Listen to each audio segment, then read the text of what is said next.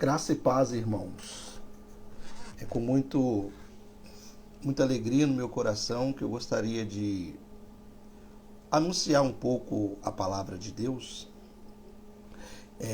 E o texto que nós vamos ler hoje está em Lucas, capítulo de número 2, os versículos 8 até o versículo de número 14. Lucas, capítulo 8, até o Lucas 2, versículo 8 ao 14. Ora, havia naquela mesma comarca pastores que estavam no campo e guardavam durante as vigílias da noite o seu rebanho. E eis que um anjo do Senhor veio sobre eles, e a glória do Senhor os cercou de resplendor. E tiveram um grande temor. E o anjo lhes disse: não temais, porque eis aqui vos trago novas de grande alegria, que será para todo o povo. Pois na cidade de Davi vos nasceu hoje o Salvador, que é Cristo, o Senhor. E isso vos será por sinal: achareis o menino envolto em panos e deitado numa manjedoura. E no mesmo instante apareceu com um anjo uma multidão dos exércitos celestiais, louvando a Deus e dizendo: glória a Deus nas alturas, paz na terra, boa vontade para com os homens. Aqui eu quero ler de novo o verso 14. Diz assim, glória a Deus nas alturas, paz na terra, boa vontade para com os homens. Nós vamos falar sobre 3 coisas que tem nesse texto que é importante. Esse texto fala de muitas coisas, né? Porém, eu vou destacar 3 coisas. Uma eu vou falar hoje e as outras 2 coisas eu vou falar posteriormente aqui. Eu não sei se eu vou fazer essas 2 pregações amanhã, depois da manhã. Eu sei que serão 3 mensagens e as 3 mensagens vão falar sobre o Natal e eu vou usar esse texto para ministrar as 3 mensagens. A primeira é a expectativa do Natal. A segunda é a paz no Natal. E a terceira é a glória de Jesus Cristo no Natal. Vamos falar de 3 coisas: expectativa do Natal, paz no Natal e glória no Natal. Essas 3 coisas aqui aparecem no texto e em especial no versículo de número 14. Né? Então nós estamos às portas de celebrarmos o nascimento de Jesus Cristo, o nascimento do Filho bendito de Deus, do Filho unigênito de Deus, do Salvador, do Redentor da nossa vida, da nossa alma. E aqui os pastores que estão trabalhando no campo, pastoreando as suas ovelhas, as ovelhas do seu Senhor, eles recebem a visita dos anjos de Deus. E os anjos de Deus, quando se aproximam diante dos pastores, há no meio dos pastores um grande temor. Eles têm medo do que virá. Eles têm medo da mensagem que há de vir através daqueles anjos. Estão ali na noite, né, onde que Jesus nasceu. E a expectativa do Natal é a mesma expectativa dos pastores. Nós que cremos em Deus, e se você que está ouvindo essa mensagem, pode não estar ouvindo ao vivo, mas está ouvindo agora, esses 2 sentimentos são sentimentos mistos que estão no coração de todo aquele que ouve a mensagem do Natal: o temor e a alegria.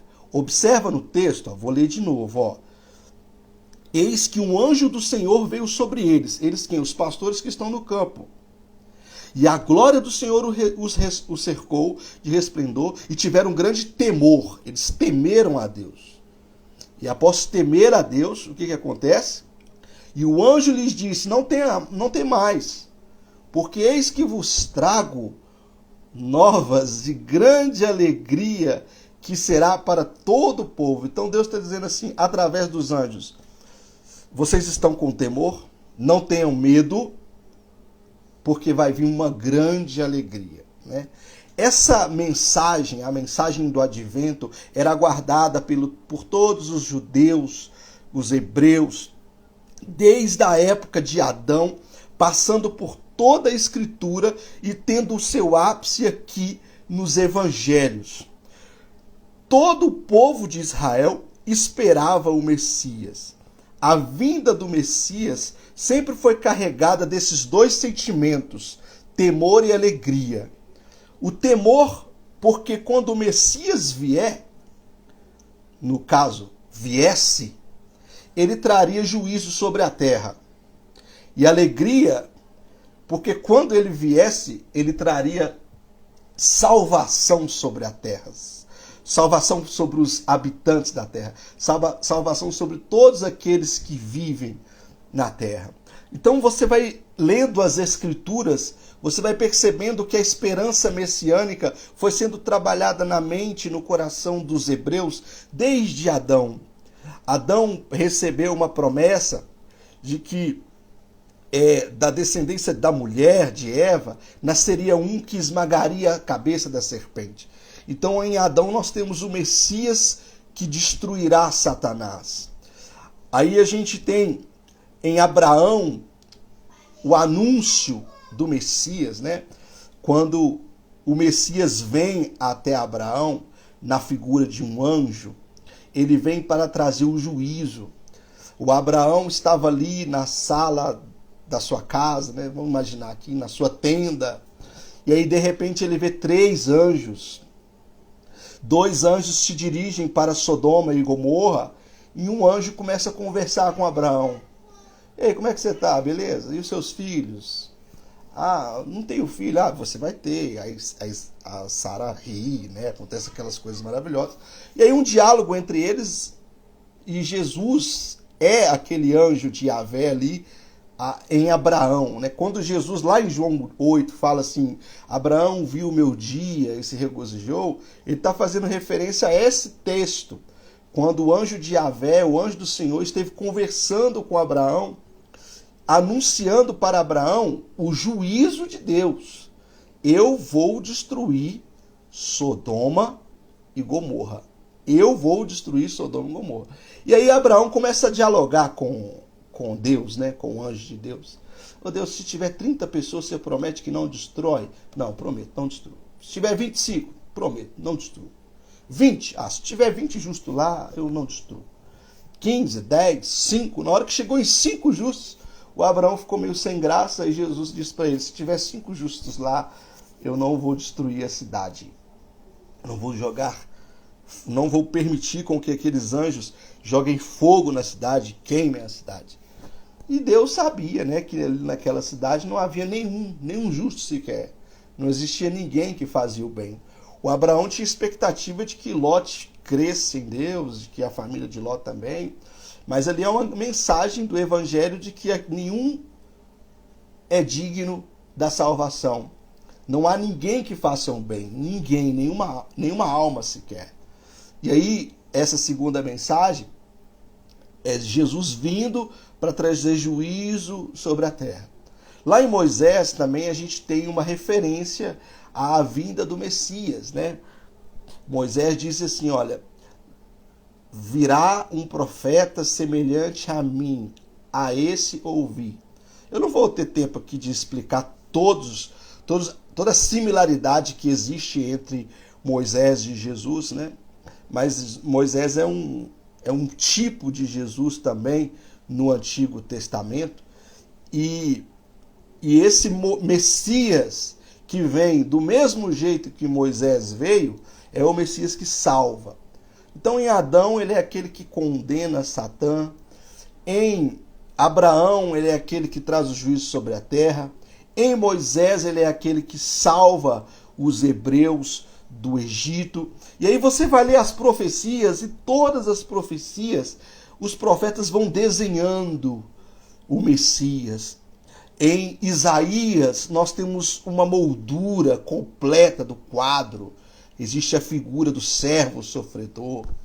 E verdadeiramente ele tomou sobre si as nossas dores e as nossas enfermidades ele tomou sobre si. O castigo que nos traz a paz estava sobre ele e pelas suas pisaduras nós fomos sarados. Em Isaías 6 aparece a profecia do rebento, né? Do rebento de Jessé, do rebento virá o Salvador, e tem tantas outras profecias, e todo o Antigo Testamento. Daniel vem com a ideia de que ele é o ancião de dias, ele é o filho do homem, e quando Jesus vem, ele vai fazer uma coisa muito interessante, ele vai iniciar os últimos dias. Toda a profecia do Antigo Testamento você vai perceber que eles estão falando dos últimos dias, de um tempo onde a humanidade viverá um tempo de juízo. Então, esses pastores, quando eles veem os anjos de Deus, eles sentem esse temor. O Natal tem que gerar no nosso coração o mesmo temor que gerou no coração dos pastores. Como é que está a minha vida? Jesus, toda vez que a gente celebra Natal, Jesus está voltando. A cada Natal, o Natal de Jesus se aproxima, né? A vinda, a palavra advento, né? A palavra Natal é o nascimento é o advento, a vinda de Jesus. Vinda muito mais do que um nascimento. A profecia de Isaías fala, um menino nos nasceu e um filho se nos deu. Então nós recebemos esse Cristo, que vem primeiramente para trazer juízo sobre os habitantes da terra e que vem para trazer graça, paz e muita alegria. Ok? Então essa é a primeira mensagem, essa é a primeira ideia.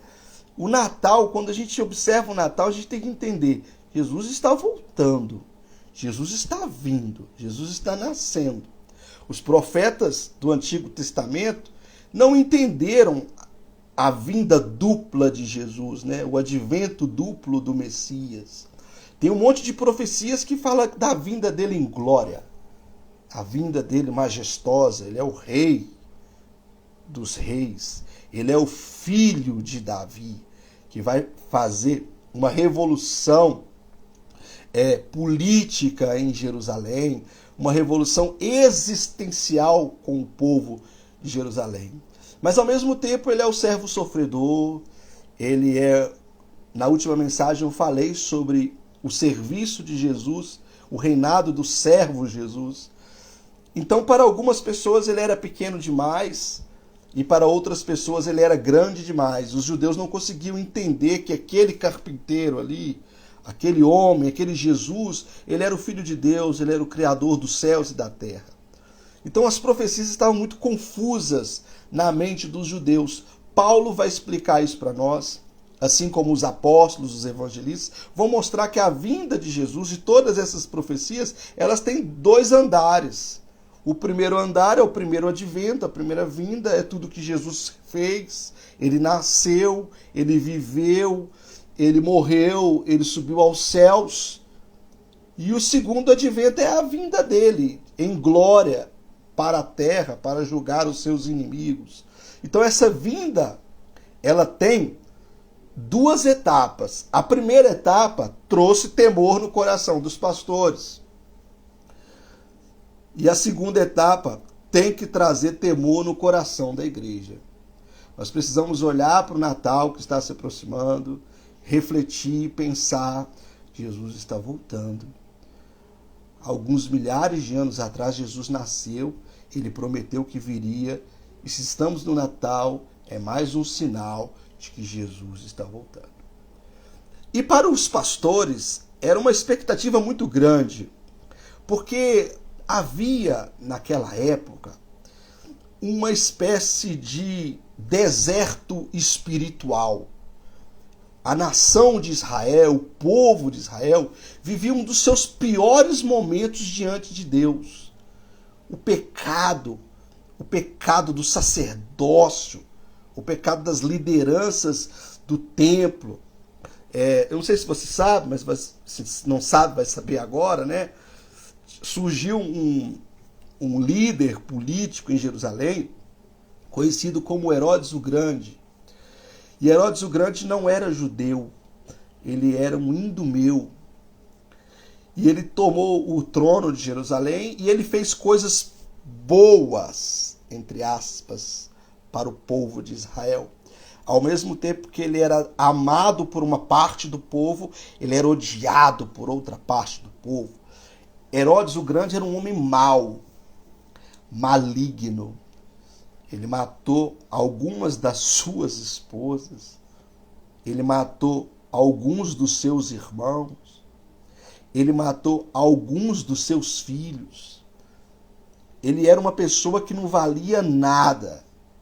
Mas, por outro lado, ele construiu casas de banho ao redor do templo para o sacerdote. Ele construiu aquedutos para trazer água quente para o culto sacerdotal. Ele construiu um plano de carreira dentro do ministério sacerdotal. O ministério sacerdotal estava tão corrompido, mas tão corrompido, que você vai ler a profecia de João. João fala que havia 2 sumos sacerdotes na época de Jesus, Anás e Caifás, um sogro e um genro, 2 pessoas da mesma família, exercendo um cargo que, segundo as Escrituras, era para ser exercido por um só homem, era o sumo sacerdote. E na época de Jesus tinha 2 sumos sacerdotes. Sabe por quê? Porque esses cargos eram cargos que eram comprados e vendidos por questões políticas e econômicas. A fé estava perdida. A fé estava em descrédito. Quando Jesus chega no templo, ele espanca. Na verdade, existe todo um diálogo sobre isso, né? Se ele bateu ou não bateu nos religiosos, mas isso não vem ao caso. Mas ele pega um chicote para agredi-los. A gente não sabe se ele agrediu, não creio que ele tenha agredido os religiosos, mas ele está com muita ira no coração ao ver os religiosos fazendo da casa de Deus um comércio.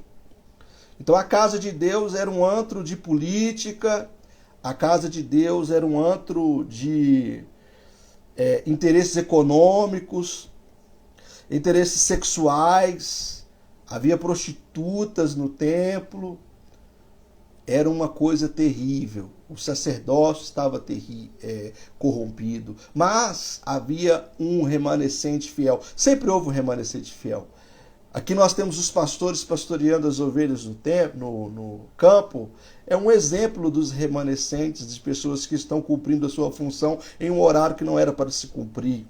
Aqui também nós temos Simeão e Ana no templo, abraçando ali o menino Jesus. Nós temos também o José, a Maria, Zacarias e Isabel, que são os pais de João Batista. Nós temos pessoas que creem. E sempre foi assim, e sempre será assim, né? Parece que eu estou lendo aqui a história da igreja do dia 13/12 de 2022. Quantas vezes a gente ouve pessoas que corromperam a fé, que se corromperam e corromperam o povo, né? É uma coisa muito ruim quando a liderança da igreja se corrompe, se perde, quando pessoas que deveriam estar pregando o evangelho e fala de política nos púlpitos. Semana que vem, quando eu falar sobre o segundo tema, o primeiro tema é expectativa, o segundo tema é a paz e o terceiro tema é a glória do Natal. Eu vou falar um pouquinho sobre essa bobagem de misturar Cristo com política. Cristo não tem nada a ver com política. Cristo disse assim para Pilatos: o meu reino não é desse mundo. Se o meu reino fosse desse mundo, os meus súditos viriam ao meu auxílio. Né? Então, tudo isso que aconteceu agora, esse ano, que está acontecendo nesse momento, é Natal. É o contexto do Natal. E eu tenho uma notícia boa para te dar. Jesus está vindo nesse dia no seu coração, na sua vida, e que você possa fazer o mesmo que os pastores fizeram. ter no seu coração o temor do Senhor, o temor de Yahvé. E na hora que o temor do Senhor descer sobre o seu coração, virá sobre o seu coração uma grande alegria, um grande prazer e um grande privilégio na presença de Deus. Amém, queridos? Vou repetir o versículo 14 para nós encerrarmos. Glória a Deus nas alturas, paz na terra, boa vontade para com os homens. Então hoje nós falamos sobre a expectativa do Natal. No nosso próximo encontro, nós vamos falar desse texto. Glória a Deus nas alturas, paz na terra para com os homens. O tema mais importante dos três é o último, que eu vou deixar por último, que é esse aqui, ó. Glória a Deus nas alturas. Esse é o tema mais importante. O tema menos importante é o da expectativa, que eu acabei de falar aqui. E depois o da paz entre os homens. Amém? Então que Deus abençoe sua vida, que você possa estar em expectativa nesses próximos 11 dias, em oração. Tire esse período do Natal, de preparação para o Natal, para você orar, buscar a Deus e ter uma vida de santidade. Um beijo no coração. Deus abençoe você. Amém e amém.